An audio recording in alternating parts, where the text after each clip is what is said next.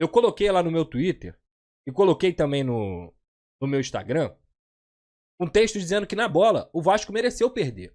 E aí por quê, Pedrosa? Por que o Vasco mereceu perder? Como vocês ouviram aí do próprio técnico Ramon Dias, o Vasco não jogou absolutamente nada no primeiro tempo. Nada. Separando tudo aquilo que a gente pontuou, tudo aquilo que a gente trouxe aqui em relação à arbitragem, tirando esse lance do Verratti, o Vasco não jogou nada. Muito pelo contrário. Um time que novamente, vale lembrar, e esse já é um começo de alerta para o que eu venho falando, o Vasco tomou um gol com 12 minutos de partida. Contra o Red Bull Bragantino, tomou o gol antes dos 10 minutos de partida. Tem duas desatenções da parte defensiva. Contra o Bragantino, contou com a falha do Léo Jardim. Mas nesse jogo de agora, como que o Ganso, que é um meio campo, que praticamente não chuta, ou sequer infiltra na área, consegue fazer um gol de cabeça no meio do Maicon e no meio do Léo? De verdade. É inadmissível. Aí quando eu falo que o Vasco mereceu perder, é por esse tipo de coisa que o Vasco mereceu perder. Porque o Ganso deve ter feito, sei lá, 5 gols de cabeça na vida dele. Pior, infiltrando na zaga do Vasco da Gama, que teoricamente hoje era uma zaga alta, junto com o Léo e junto com o Maicon. Inclusive o Maicon, ele alternou hoje, ele oscilou muito na partida que ele fez. Mas por quê? Isso é falta de ritmo de jogo. O Maicon joga pouco. O Maicon jogou pouco esse ano pelo Vasco da Gama. E aí, obviamente, em vários e vários lances, você vai ver clara falta de tempo de bola nele. Clara falta de condicionamento físico, de ritmo de jogo mesmo. E ele falhou em alguns momentos, assim como acertou no segundo tempo, salvando o gol do Vasco da Gama no chute do Marcelo. O que aconteceu do lado esquerdo do Vasco da Gama, gente, é muito claro.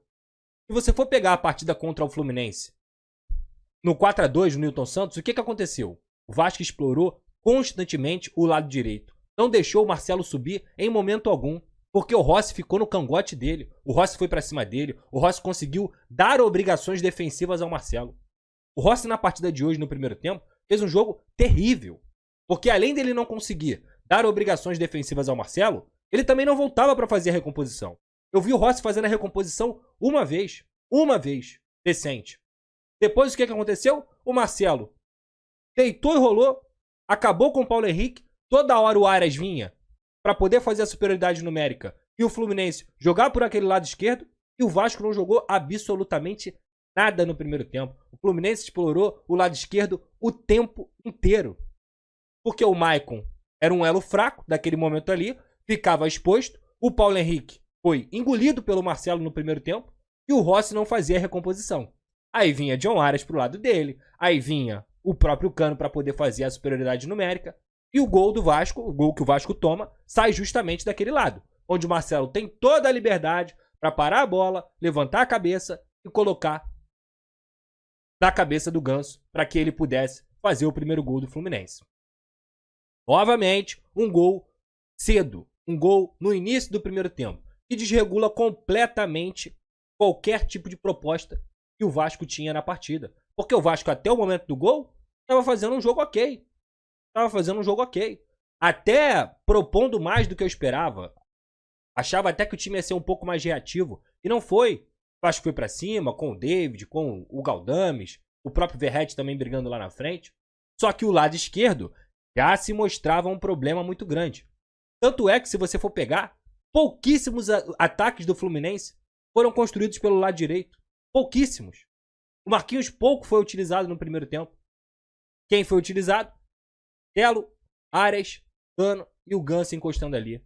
Ora o Martinelli saía, ora o André saía ali também.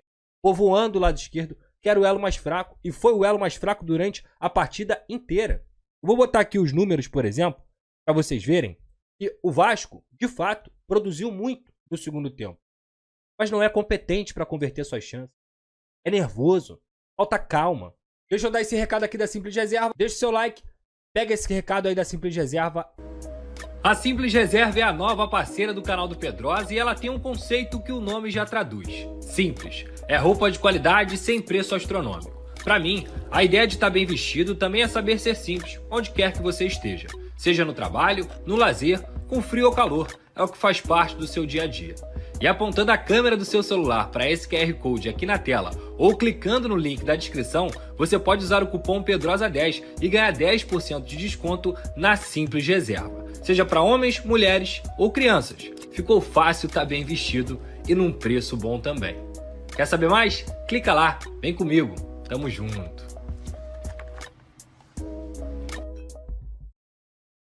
Então tá aí, lá na Simples Reserva você tem 10% de desconto com o cupom PEDROSA10. Tá vendo esse QR Code aqui, ó, que aparece aqui toda hora na live? É só você apontar sua câmera e lá na Simples Reserva, no site, você escolhe sua roupa, fica bonitão, fica bem trajado e ainda ganha 10% de desconto com o cupom PEDROSA10. Se você não conseguir apontar sua câmera do QR Code, o link tá aqui na descrição da Simples Reserva, beleza? E um time como o do Fluminense. E aí eu vi uma galera falando assim: pô, Pedrosa, a gente pegou o Red Bull Bragantino e pegou o Fluminense também, onde os dois times jogaram abaixo do que eles podem jogar. Não, gente, é só acompanhar o futebol brasileiro. O Red Bull Bragantino, ele tá fazendo uma temporada de altos e baixos desde o início do ano. O Fluminense, então, a torcida do Fluminense até então, tava na bronca com o Fluminense. O Fluminense tem uma dificuldade enorme nessa temporada de conseguir fazer as transições, de fazer uma boa partida. Então, esquece aquela imagem do Fluminense de 2023, que foi de fato o campeão da América, jogou demais, um timaço, e mesmo esse timaço o Vasco conseguiu ganhar, porque o que o Fluminense jogou hoje é o que o Fluminense vem jogando durante a temporada inteira. Inteira. Tanto é que deu espaços e mais espaços pro Vasco da Gama no jogo de hoje. Só que o Fluminense foi letal. O Fluminense soube aproveitar suas oportunidades. Tudo que o Vasco não fez. Quer ver? Números totais da partida. O Fluminense teve 58% de posse de bola, o Vasco teve 42%. 11 finalizações para o Fluminense, 8 chutes no gol. O Vasco teve 21 finalizações e 5 chutes no gol.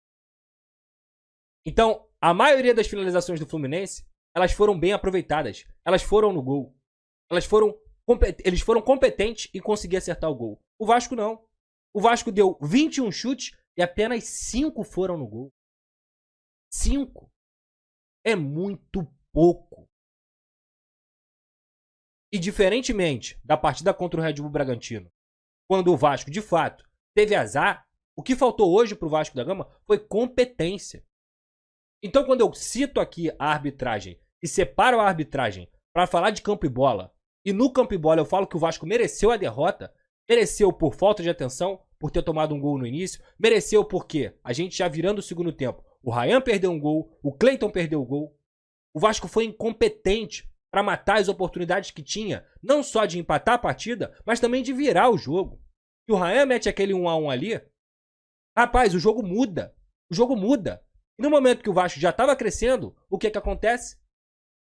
Em uma segunda bola, que o Aras consegue raspar, o Vasco não briga, o Martinelli avança, faz a jogada, o Maicon dá até o bote certo, só que depois ele vai tentar cobrir o Piton. Quando ele vai cobrir o Piton do gol do Fluminense, o que acontece? O Martinelli, que ele tinha dado corte dentro da área, aparece sozinho novamente para fazer o segundo gol. E aí o ímpeto que o Vasco estava naquele momento para poder empatar a partida, até continuou. Só que com 2-0 é muito mais difícil. O Vasco chega ao gol, inclusive na boa entrada do Hugo Moura, das substituições que o Ramon Dias fez, foi o cara que melhor entrou dentro do jogo. Inclusive várias e várias intervenções que ele fez quando o Fluminense vinha no contra-ataque foram para preencher um espaço. E um cara, que eu vou falar aqui novamente, eu não consigo entender o motivo do Ramon Dias ter tirado o Sforza e colocado o Zé Gabriel, sendo que ele já tinha um primeiro volante de marcação, o Vasco estava perdendo a partida, e ele coloca o Zé Gabriel pra quê? Pra quê? Por quê? Eu não consigo entender.